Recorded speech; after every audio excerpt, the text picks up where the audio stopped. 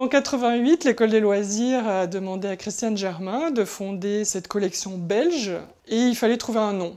Donc l'idée c'était que ça n'enferme pas le nom, pas forcément un lien avec l'École des loisirs, pas un nom propre. Et pastel, elle l'a défini comme la couleur tendre. Donc la tendresse, c'est pas une thématique, hein, c'est simplement une façon de toucher les enfants.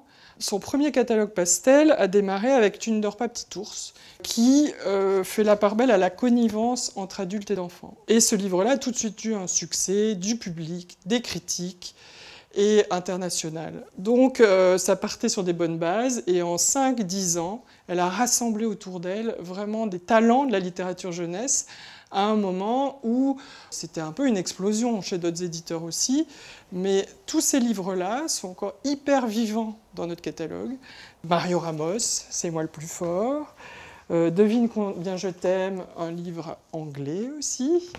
En fait, un bon album, il doit déjà me toucher. Je dois déjà avoir envie de tourner les pages pour voir ce qui va se passer.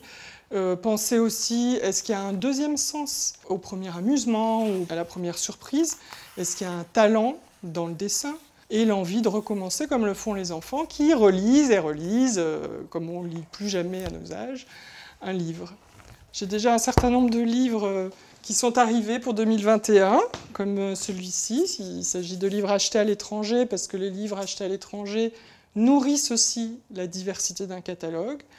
Donc Juliane au mariage, qui fait suite à Juliane est une sirène.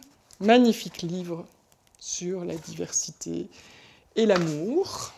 Le dernier livre de Sam McBratney, avec Anita Jérôme, qui ancre les succès de Pastel. On a un livre de Kitty Crotter, qui est quelqu'un de très important pour Pastel, puisqu'en 2010, elle a reçu le prix Astrid Lindgren, qui est l'équivalent du Nobel en littérature jeunesse. Et alors cette fois-ci, elle propose un livre sur les chiens. C'est l'histoire d'une petite fille qui demande un chien à sa maman. Elle veut un chien, peu importe lequel, un chien fort comme son papa, un chien chic qui s'appellera Dior.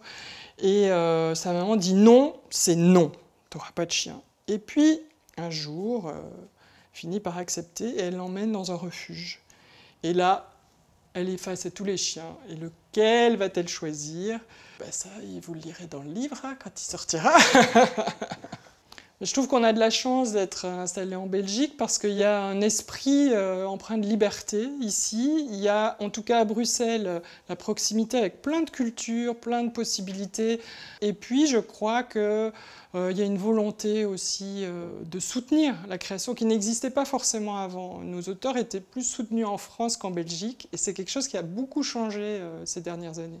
C'est important pour eux, même des auteurs qui ont du succès, d'avoir une reconnaissance belge.